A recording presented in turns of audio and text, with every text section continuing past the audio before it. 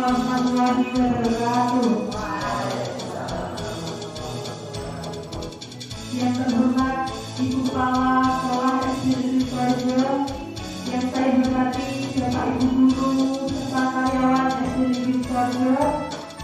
Pertama-tama mari kita panjatkan puji syukur kehadirat Allah Subhanahu wa Ta'ala, karena pada siang hari ini kita bisa berkumpul di kelas ini dalam keadaan sehat dan tanpa halangan suatu apapun.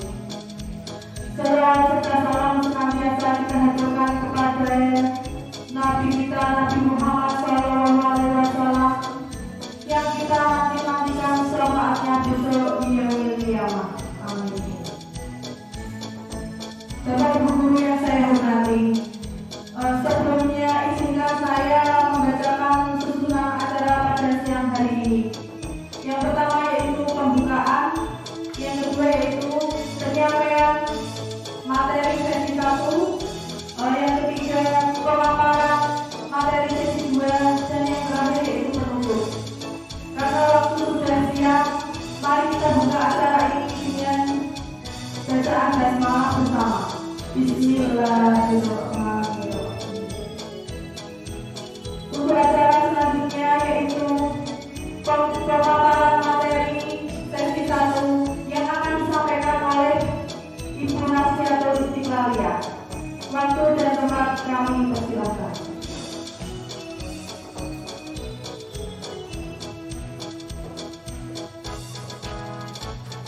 Assalamualaikum warahmatullahi wabarakatuh. Sebelumnya saya ucapkan banyak terima kasih atas waktu dan juga kesempatannya pada siang hari ini untuk memaparkan aksi nyata kami, aksi nyata maupun 1.4, yaitu budaya positif, diseminasi pemahaman dan pengalaman penerapan budaya positif di sekolah kami. Langsung saja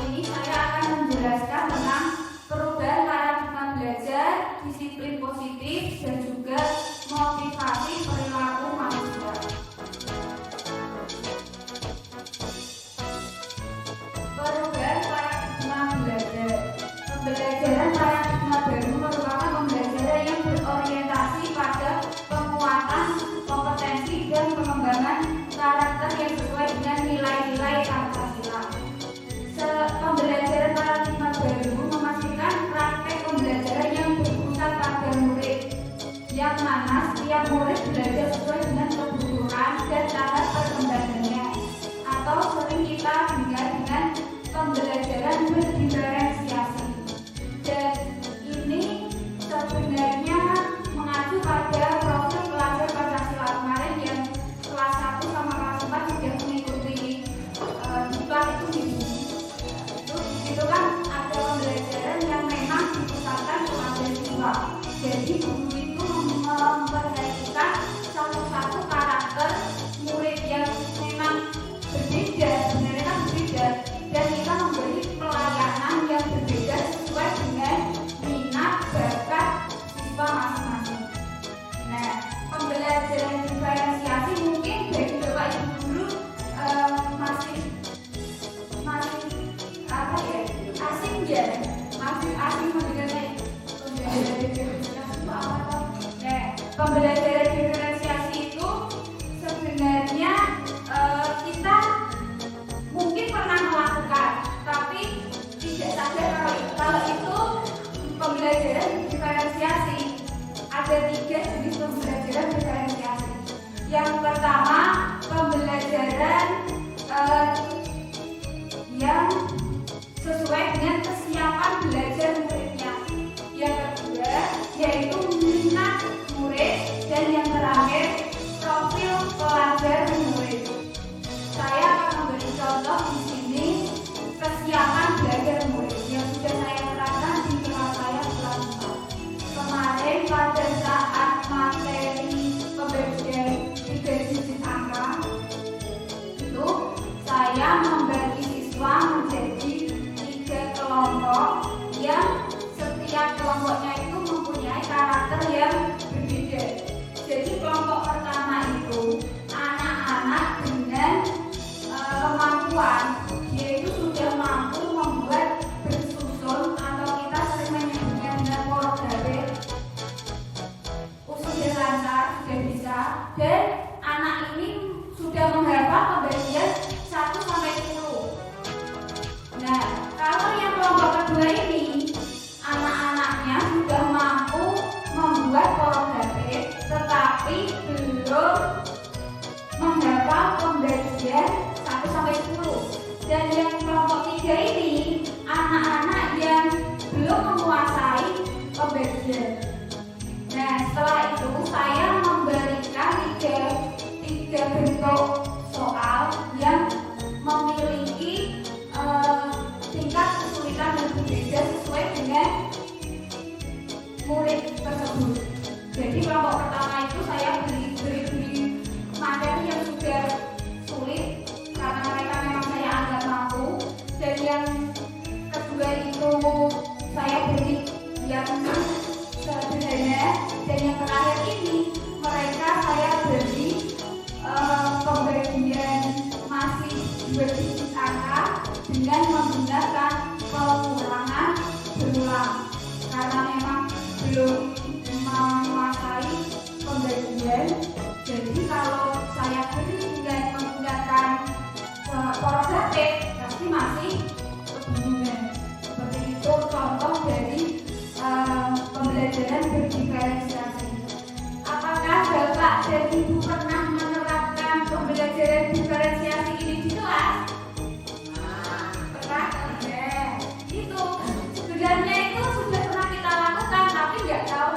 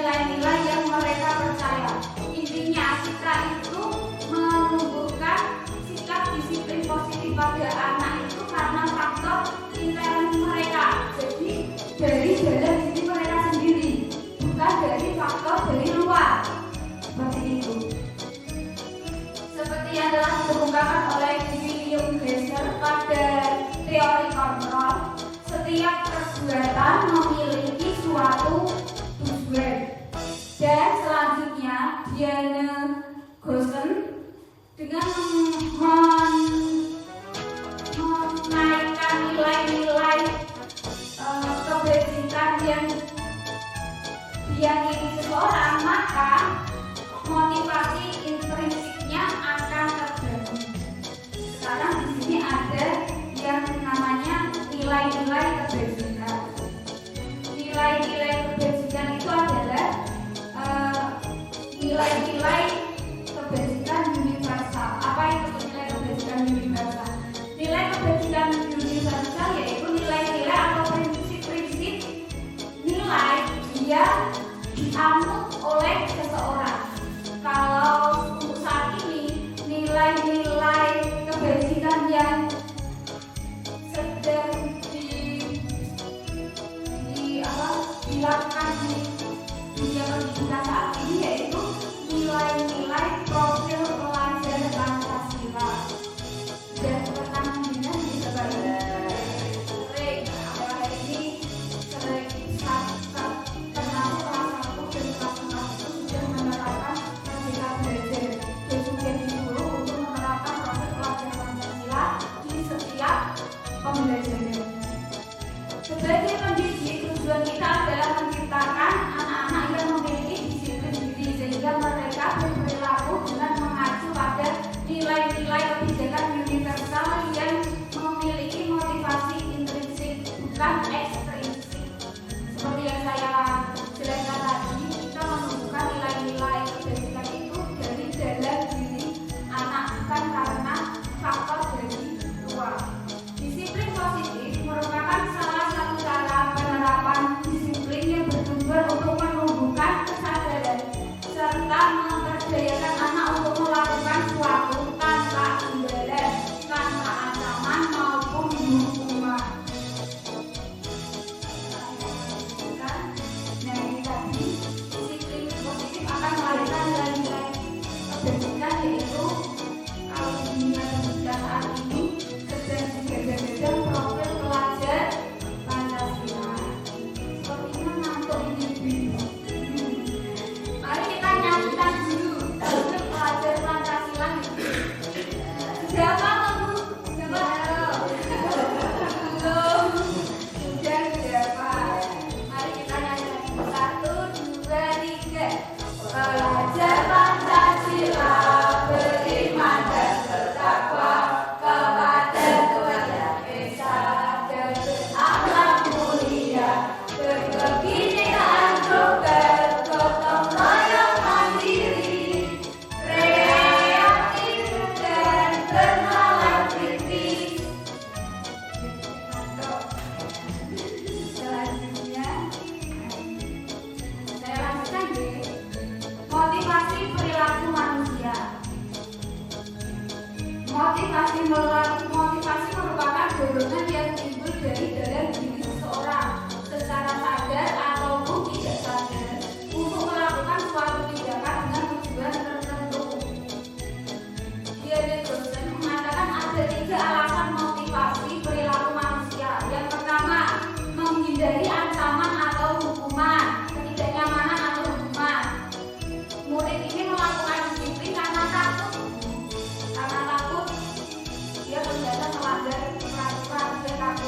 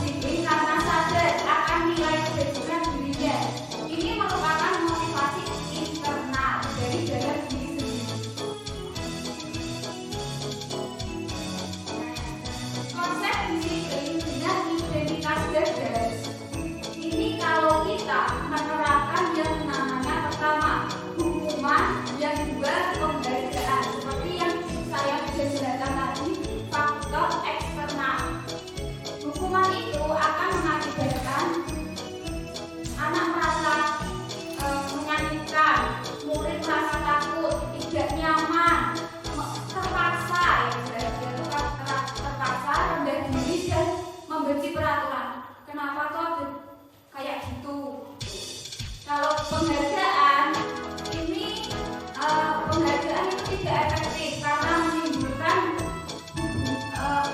rasa iri sama teman yang lain, mematikan kreativitas. Penghargaan menghukum atau sistem ranking merampas hak untuk menghargai dirinya. Makanya di Merdeka Belajar ini tidak hanya Merdeka Belajar, sejak kurikulum K13 itu sudah tidak ada yang namanya ranking, karena itu menimbulkan yang namanya iri atau kesenjangan sosial anak. Jadinya gini, kamu kan kok emang terus aku yang memperhatikan guru, tapi rankingku masih rendah. Dan kemarin waktu rapotan itu juga sudah benar-benar yang Merdeka Belajar itu sudah benar-benar tidak ada peringkat, karena ya itu kan kita menghindari adanya merusak hubungan atau iritan. Konsep disiplin dan dinyatakan sukses itu jika kita bisa menerapkan konsekuensi dan restribusi. Konsekuensi itu penguatan jangka pendek, perlu monitoring berkelanjutan, stimulus respon, murid menghormati peraturan, penghindatan waktu untuk merenungi kesalahan. Di sini untuk konsekuensi sendiri yaitu akibat dari perbuatan atau tindakan seseorang, baik tindakan itu berakibat positif ataupun negatif. Jadi kalau hukuman itu sudah pasti negatif, kalau konsekuensi itu sebenarnya belum tentu hasilnya itu negatif. Ada juga konsekuensi yang hasilnya itu positif. Nah, tetapi di sini menurut saya konsekuensi ini kurang tepat karena penguatannya itu hanya jangka pendek. Sedangkan kita kan maunya anak itu mempunyai sikap disiplin positif itu selamanya. Kalau bicara seperti itu, nah itu kita akan menerapkan yang namanya restitusi. Restitusi itu apa tuh Bu? Pernah dengar atau belum? Belum. Saya kenalkan dulu sama restitusi itu proses menciptakan kondisi bagi murid untuk memperbaiki kesalahan sehingga bisa kembali kepada kelompok mereka dengan karakter yang lebih kuat. Jadi kita itu tidak langsung menyalahkan anak. Jadi kita itu tidak boleh langsung menghujat anak. Ini nakal, itu tidak boleh. Seperti itu restitusi nanti akan dijelaskan ke materi yang lainnya. Ini perbedaan hukuman dan konsekuensi. Hampir sama sebenarnya hukuman dengan konsekuensi. Hukuman itu suatu tindakan yang diberikan kepada seseorang atas kesalahannya dalam bentuk pemberitaan. Jadi kita membuat anak itu jeda, istilahnya seperti itu, biar tidak mengulangi kesalahan itu. Nah, dalam rangka pembimbingan tingkat laku. Kalau sedangkan konsekuensi seperti yang saya katakan tadi, yaitu akibat dari perbuatan dalam tindakan seseorang, baik positif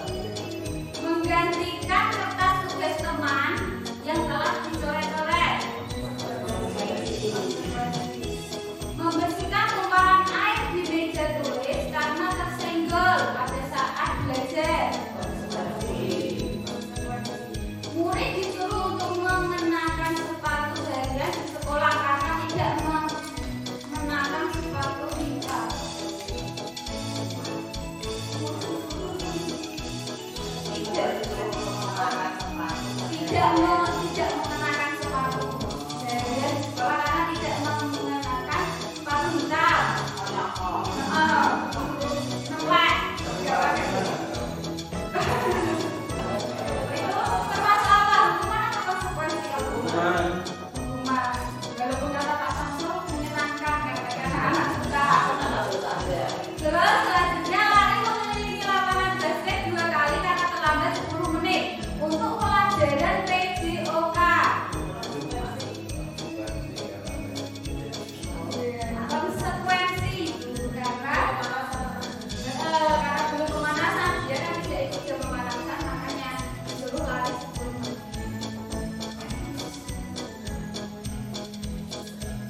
Sampai di sini pemaparan materi sesi 1 dari saya. Apakah ada pertanyaan?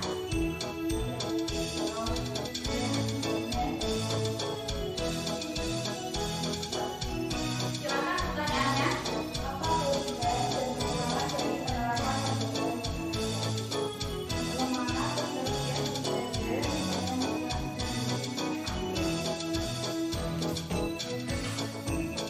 Untuk kelemahannya ya, satu pasti memerlukan seorang guru yang mampu menguasai kelas dengan baik.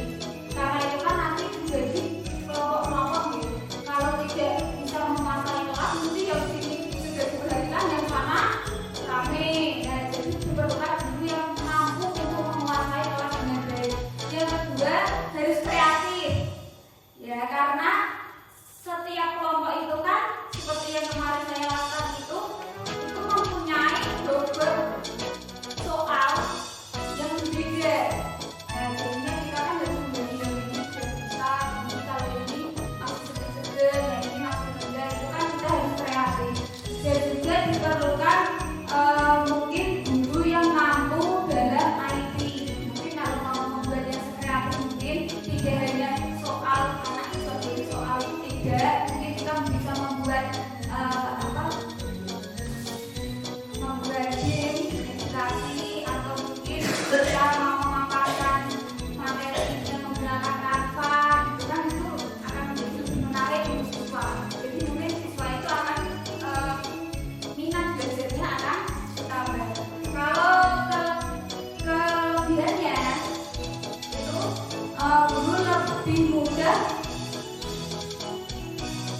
mengkondisikan siswa dengan konten dari itu. Karena kalau kita itu kreatif, kita sebetulnya kalau kita menggunakan itu otomatis kita jadi repot gitu. Kita harus membuat kontennya, kita harus belajar lagi. Nah, itu tapi dampak positifnya atau kelebihannya itu anak itu akan lebih mudah dikendalikan dengan konten. Apalagi kalau kita bisa membuat konten yang setiap harinya itu berbeda, pasti minat anak untuk belajar itu lebih tinggi. Selanjutnya itu siswa lebih nyaman dalam belajar. Kenapa lebih nyaman? Karena guru memberikannya soal itu sesuai dengan kemampuan siswanya, tidak terlalu berat untuk dia. Soalnya kalau saya lihat anak-anak yang kemampuannya itu diberi soal dengan kemampuan tinggi padahal dia tidak mampu, pasti dia sudah akan males aku tak iso, pasti begitu terus. Kadang soalnya jawabannya itu kosong, biasanya seperti itu. Dan yang terakhir, berpartisipasi dalam mewujudkan merdeka belajar yang saat ini diterapkan di sekolah-sekolah.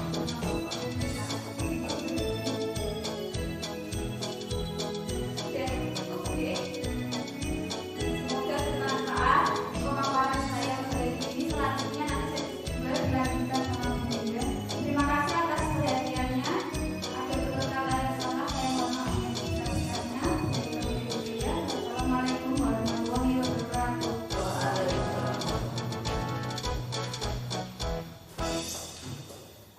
Terima kasih Bu Lia atas pemaparannya, sangat jelas sekali. Untuk selanjutnya saya akan melanjutkan materi tentang kebutuhan dasar manusia, kemudian posisi kontrol restitusi, keyakinan pers dan juga restitusi. Tapi sebelumnya saya ingin bahwa di sini bukan berarti saya yang merasa lebih bisa, lebih pintar gitu. Kita di sini akan diskusi, berbagi, sharing biar kedepannya menjadi lebih baik gitu ya.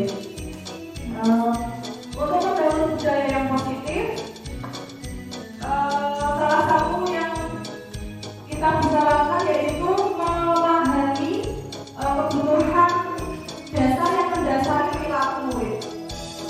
5 kebutuhan dasar manusia itu apa saja? Yaitu yang pertama, bertahan hidup. Bertahan hidup itu kebutuhan yang bersifat fisiologis.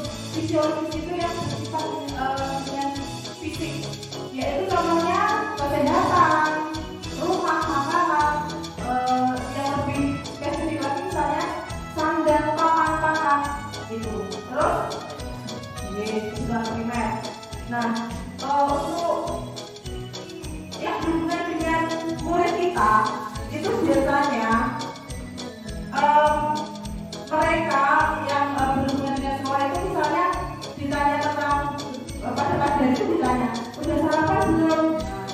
Itu kan berhubungan dengan bertahan hidup. Misalnya belum sarapan pasti akan di sekolah akan kacau. Dari jam berapa sih misalnya? Menurut istirahatnya jam berapa? Misalnya begitu. Itu berhubungan dengan bertahan hidup, kebutuhan manusia bertahan hidup. Kemudian rasa aman itu juga ada hubungannya dengan bertahan hidup. Untuk yang kedua yaitu kasih sayang dan rasa diterima. Kasih sayang dan rasa diterima ini hubungannya dengan psikologis. Contohnya yaitu ya koneksi sosial, kebutuhan untuk memberi dan menerima kasih sayang, kebutuhan untuk menjadi bagian dari suatu kelompok. Nah, setiap murid pasti ingin menjadi bagian yang berhasil di kelas. Mereka ingin diterima oleh teman-temannya baik di sekolah maupun di kelas. Seperti Rizal itu pendiam sekalipun pasti dalam hatinya juga ingin diterima oleh teman-temannya. Meskipun kadang hanya dia tetapi tidak bisa mengungkapkan tetapi juga ingin diterima oleh teman-temannya. Itu kebutuhan kasih sayang dan rasa diterima. Kemudian yang ketiga yaitu kekuasaan. Kebutuhan ini meliputi keinginan untuk dianggap berharga, bisa membuat perbedaan, bisa membuat pencapaian, kompeten, diakui, dihormati. Untuk murid yang memiliki kekuasaan tinggi, pasti biasanya ingin selalu menjadi pemimpin, ingin selalu di depan, ingin selalu mengatur. Jiwa kepemimpinannya ada. Tugas kita ya membimbing, mengarahkan ya, biar tidak jiwa kepemimpinannya itu salah. Terus kebebasan, kebutuhan dasar manusia yang kebebasan itu yaitu kebutuhan akan kemandirian, otonomi, memiliki pilihan dan mampu mengendalikan arah hidup seseorang. Murid harus diberi kebebasan untuk membuat pilihan, diberi kesempatan untuk mengeluarkan pendapatnya. Kebebasan bukan berarti membiarkan apa saja yang mereka ingini kita ngerti, tidak ya. Tetapi memberi kesempatan membuat pilihan, terus mengeluarkan pendapatnya, gitu. Terus sebagai guru yang berhubungan dengan kebebasan yaitu kita memberikan berbagai macam metode pengajaran yang menarik agar mereka senang. Terus selain itu ya seperti yang disampaikan oleh Bu Nia tadi yaitu pembelajaran berdifferensiasi di mana guru menyediakan berbagai jenis tugas yang bisa dipilih oleh murid sesuai dengan minatnya. Jadi sangat baik untuk mengembangkan murid menjadi lebih mandiri. Kemudian yang terakhir yaitu kebutuhan manusia yaitu kesenangan. Kebutuhan untuk mencari semangat, bermain dan tertawa. Di sini peran guru yaitu menciptakan pembelajaran yang menyenangkan. Menyenangkan tidak harus di dalam kelas, bisa di luar kelas, bisa bermain sambil belajar, gitu misalnya.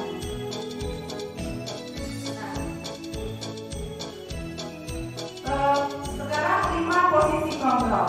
Nah, disiplin positif ini juga, positif kontrol itu juga salah satu program yang dikembangkan untuk itu disiplin positif, penerapan disiplin positif. Yang pertama yaitu posisi penghukum. Yang kedua sebagai pembuat merasa bersalah. Yang ketiga sebagai teman. Yang keempat sebagai pemantau. Yang kelima sebagai manajer. Nah, posisi sebagai penghukum itu kita biasanya mengheading, menunjuk-nunjuk, berkaca pinggang, membentak, hukuman fisik atau psikis. Pernah tidak Bu? Nah, pernah, saya juga pernah misalnya membentak anak itu kalau terlalu bangetan itu ibu.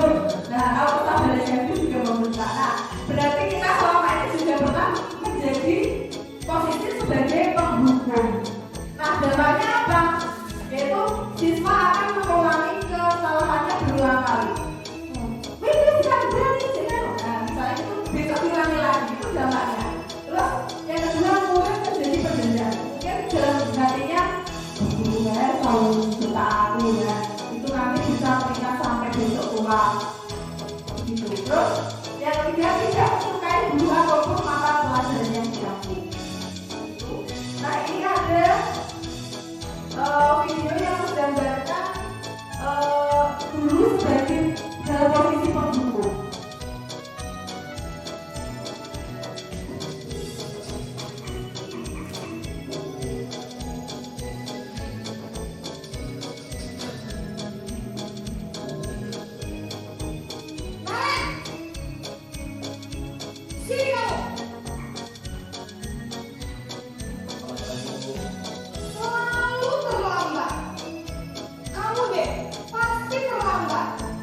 Maaf Bu, saya Apa coba? Alasan kamu apa lagi? Kapan sih kamu tidak terlambat? Malas sekali ya kamu jadi anak. saya Dasar pemalas. Gak kapok-kapok sih kamu. Sudah berapa kali terlambat? Sana, kamu keliling lapangan basket 2 kali. kenapa saya harus beli lapangan basket Bu? Kenapa? Kamu ngelawan ibu. Berani-beraninya jawab. Sudah terlambat, masih berani jawab pula. Sekarang, keliling lapangan basket 5 kali sekalian. Biar kapok. Cepat. Pergi sana ke lapangan basket. Itu contoh posisi guru sebagai penghukum. Tadi dalam film tersebut nada suaranya tinggi ya Bu, komentar saya marah sekali. Kemudian setelah itu memberi hukuman seperti tadi yang disampaikan Bu ya, suruh lari lapangan basket 5 kali, itu merupakan hukuman dan efeknya tentu akan berulang seperti yang sudah dilakukan. Kemudian yang kedua yaitu membuat merasa bersalah. Nah, posisi ini suara cenderung lembut, tenang, namun kata-katanya menyalahkan murid. Terus guru akan mengatakan hal-hal yang merasa kesalahannya itu ada pada murid. Dampaknya membuat murid merasa bersalah, rendah diri, dan menarik diri dari lingkungan. Nah, coba ini juga ada video lagi dibandingkan seperti tadi, pasti akan tahu perbedaannya.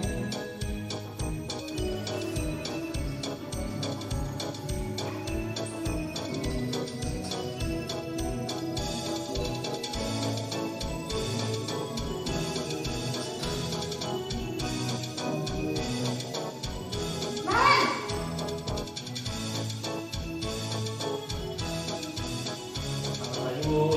Naren, kamu kenapa terlambat lagi nak?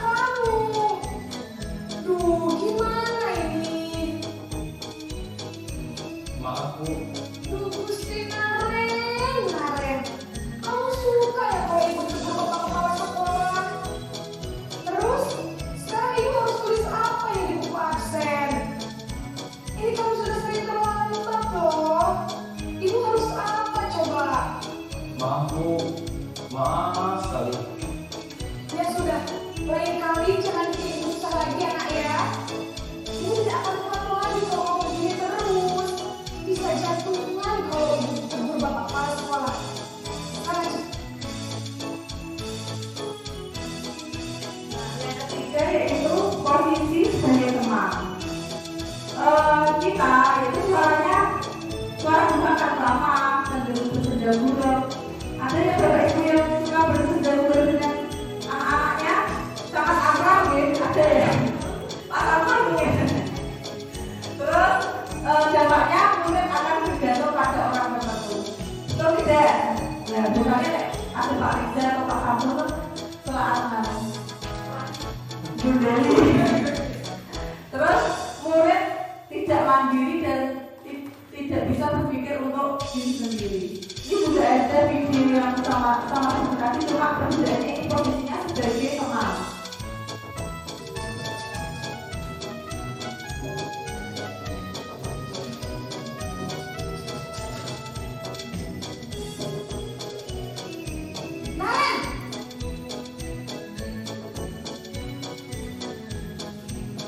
Selamat pagi Bu.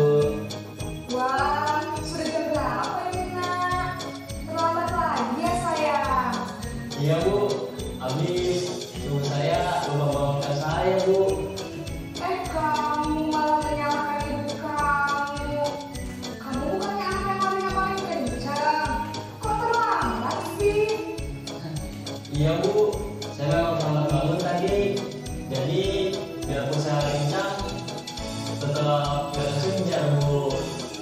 Ya sudah sana, nanti lain kali lebih kencang lagi ya.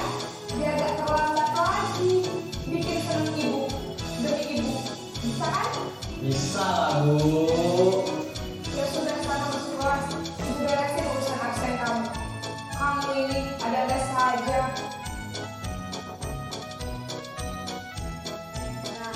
Untuk selanjutnya yaitu posisi kita sebagai pemantau. Posisi sebagai pemantau ini suara datar, tidak emosional, tidak bersenda gurau seperti posisi seperti teman tadi, dan atau bersuara tinggi. Terus guru mengarahkan berdasarkan peraturan dan konsekuensi. Kemudian menunjukkan bahasa tubuh dan ekspresi wajah yang datar dan cenderung formal. Kemudian dampaknya, murid akan menghitung konsekuensi atau hadir tanpa memahami seperti yang kebaikan yang dituju. Selanjutnya tidak mempunyai mandiri. Ini juga ada video posisi kita sebagai pemantau. Nanti bisa dilihat perbedaannya dengan ketika posisi tadi.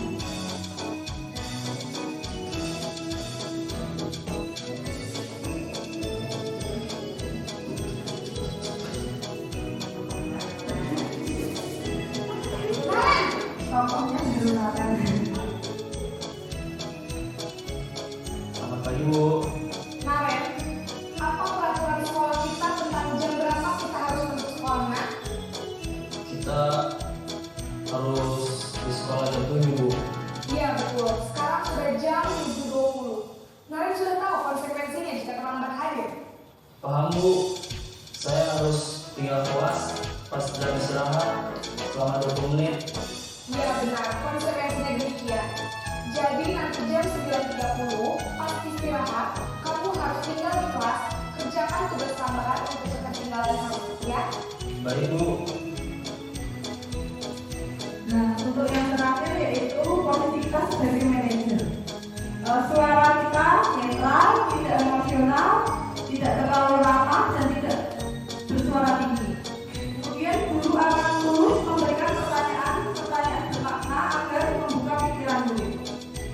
Guru membimbing murid untuk menyelesaikan masalahnya secara mandiri. Dampaknya, murid menjadi mandiri, percaya diri, murid dapat belajar dari kesalahan dan dapat mencari solusi menyelesaikan masalahnya. Dan ini video yang terakhir.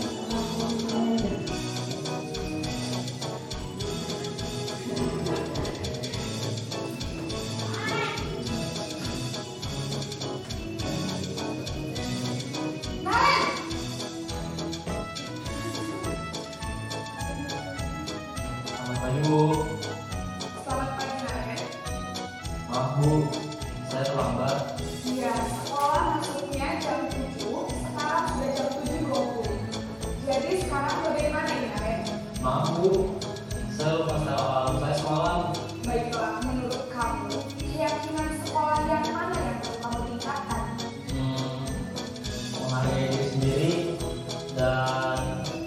orang lain mungkin ya Bu. Setuju. Jadi, apakah kalian meyakini prinsip saling menghormati tersebut? Iya Bu, saya meyakininya. Apakah kalian bersedia memperbaiki masalah keterlambatan ini? Bersedia Bu. Bagaimana kamu akan memperbaiki masalah keterlambatan ini? Saya akan coba untuk tidak lupa menyetel alarm saya Bu. Baik, kalau kalian lupa menyetel alarm di rumah, ada orang yang kira-kira bisa bantu mengingatkannya? Ada Bu, kakak saya, Kak Emma. Ada lagi selain Kak Emma? Selain Kak Emma, ada ibu saya. Baik, jadi yang mengingatkan kalian adalah Kak Emma dan ibu kalian. Kira-kira akan mulai start alarm kapan nih kalian? Setelah pulang sekolah, akan segera saya lakukan. Baik, jadi kalian akan setel alarm untuk bangun besok pagi dan akan diingatkan oleh kakak dan ibu dan Naren ya. Ada lagi yang mungkin perlu dilakukan Naren agar tidak terlambat bangun lagi. Tidak ada Bu. Baik Naren, terima kasih untuk bersama kami. Sekarang kamu perlu kembali ke kelas untuk belajar. Baik Bu, terima kasih.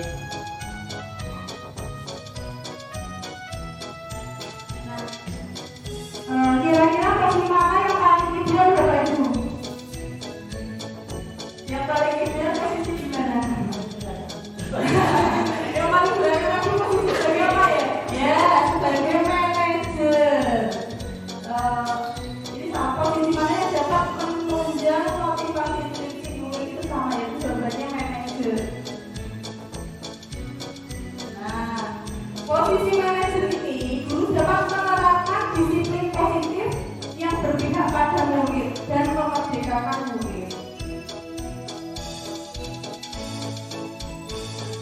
Sekarang ada pertanyaan lagi, mengapa kita memiliki peraturan tentang penggunaan masker dan mencuci tangan setiap saat? Ini pertanyaan biasa Bu. Nah, jawabannya kira-kira apa?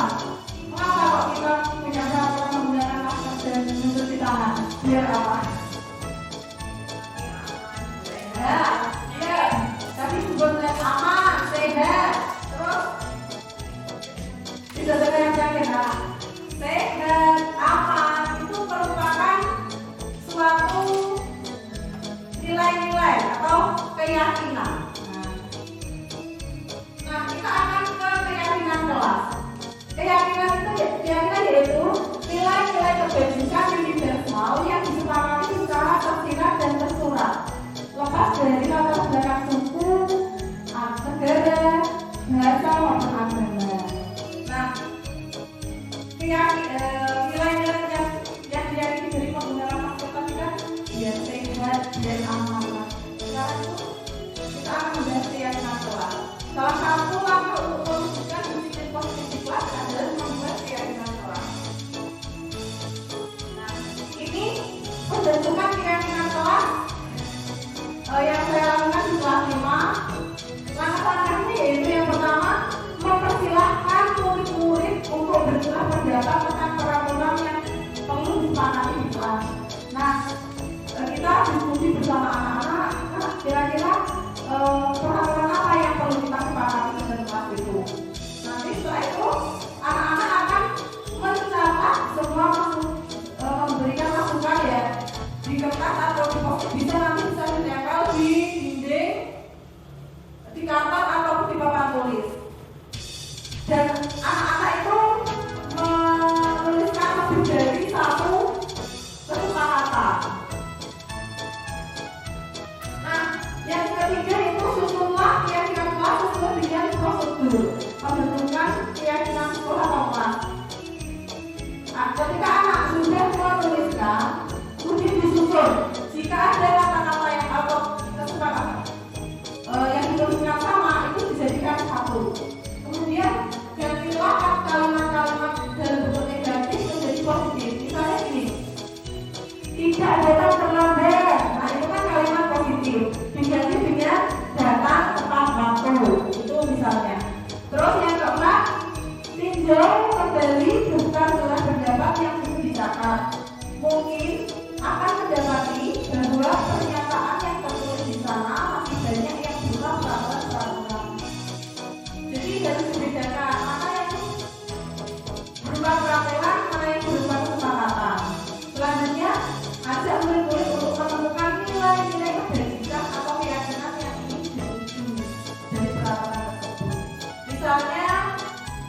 seperti tadi, ya misalnya tidak mendengarkan guru saat menerangkan, itu kan nilai hormat. Jadi nanti dicari nilai yang paling sepakat itu nilai apa. Yang kelima, menjauhkan keyakinan di sekolah secara bersama-sama. Sebaiknya keyakinan sekolah tidak terlalu banyak, berkisar 3-7, biar anak tidak lupa kalau banyak. Jadi kalau sudah ingat, nanti ketika anak-anak melanggar peraturan diingatkan lagi. Ayo kemarin sudah disepakati keyakinan di kelas kita apa? Kalau melanggar nanti kita ingatkan lagi. Seperti itu. Terus yang nomor 6, setelah keyakinan sekolah atau kelas selesai, maka sekolah ini dipersilahkan meninjau ulang dan menyetujui. Kemudian kalau sudah ditandatangani keyakinan kelas itu semua murid dan guru. Yang terakhir dilekatkan di dinding, di kelas atau di depan kelas. Pokoknya yang semua warga melihat. Jadi ketika mereka melupakan keyakinan kelasnya, nanti akan ingat lagi dengan bayar-bayar. Jadi anak-anak kami sudah membuat keyakinan kelas. Tapi berhubungan dengan peran manajer, ini hubungannya dengan segitiga restitusi. Seperti di video tadi kan, yang terakhir guru berperan sebagai manajer juga menerapkan segitiga restitusi ketika menyelesaikan masalah keterlambatan tadi. Segitiga restitusi itu apa? Sudah tahu belum Bapak Ibu? Nah, kalau restitusi tadi sudah ya Bu, sudah dijelaskan oleh Bu Lia. Jadi restitusi tadi yaitu proses menciptakan kondisi bagi murid untuk memperbaiki kesalahan mereka sehingga mereka bisa kembali pada kelompok mereka dengan karakter yang lebih kuat. Sedangkan segitiga restitusi yaitu suatu proses dialog yang dijalankan oleh guru atau orang tua agar dapat menghasilkan murid yang mandiri dan bertanggung jawab. Nah, segitiga restitusi ini ada 3 tahap. Yang pertama yaitu menstabilkan identitas. Yang kedua, validasi tindakan yang salah. Dan yang terakhir yaitu menanyakan keyakinan. Yang pertama ini menstabilkan identitas. Misalnya ada kasus seperti kemarin pas 5 itu bully ya. Jadi kasus Reza membuli Pak Ji. Terus misalnya nanti itu bisa diselesaikan dengan segitiga restitusi ini. Jadi pada sesi menstabilkan identitas, saya bisa menanyakan sebelumnya terus cerita dulu mereka berdua kejadiannya bagaimana sesuai versi mereka. Setelah itu baru saya mengajukan pertanyaan. Manusia tidak ada yang sempurna. Saya memberikan pernyataan. Semua manusia ini tidak ada yang sempurna, tapi semua pernah melakukan kesalahan. Itu pertanyaannya seperti itu. Atau dengan misalnya kita sudah memperbaiki kesalahan ini, itu kan contohnya. Kemudian setelah menstabilkan identitas, itu bisa dengan validasi tindakan yang salah. Validasi tindakan yang salah itu dengan pertanyaannya, kamu bisa bertindak lebih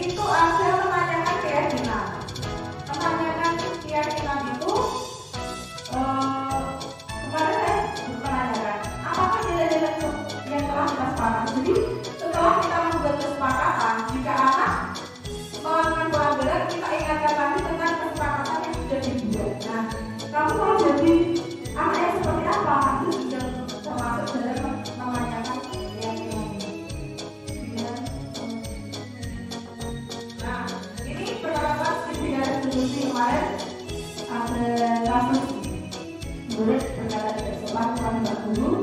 Yang kedua yaitu kasus kulit kepada teman. Sudah, terima kasih. Ada pertanyaan tidak, Bapak Ibu? Pak Samsul dari Pak.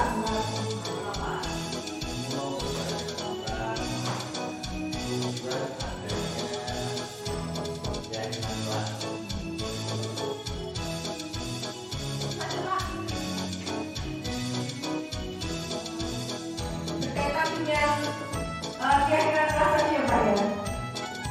Jadi sebuah keyakinan kelas itu dibuat semua anggota.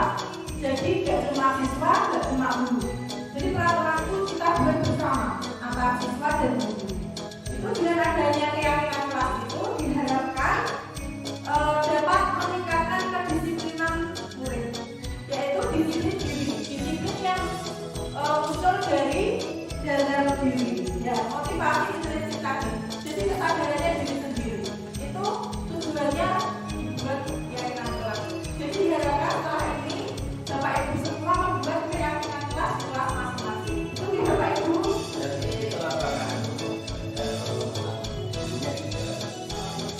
Nah, keyakinan kelas itu dibuat untuk semua. Jadi tidak cuma anak-anak. Jadi misalnya saling menggunakan, jadi bukan muridnya saja yang menggunakan, tapi gurunya juga saling menggunakan. Itu kan. Ada pertanyaan lain? Oke.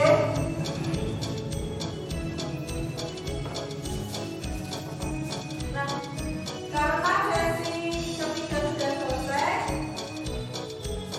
saya tutup. Terima kasih atas perhatian Bapak Ibu semua.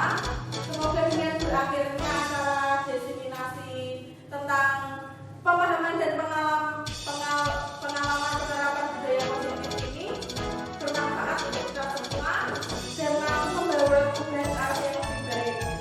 Mohon maaf apabila ada kata yang tidak berkenan. Wabillahi taufiq wal hidayah. Assalamualaikum warahmatullahi wabarakatuh.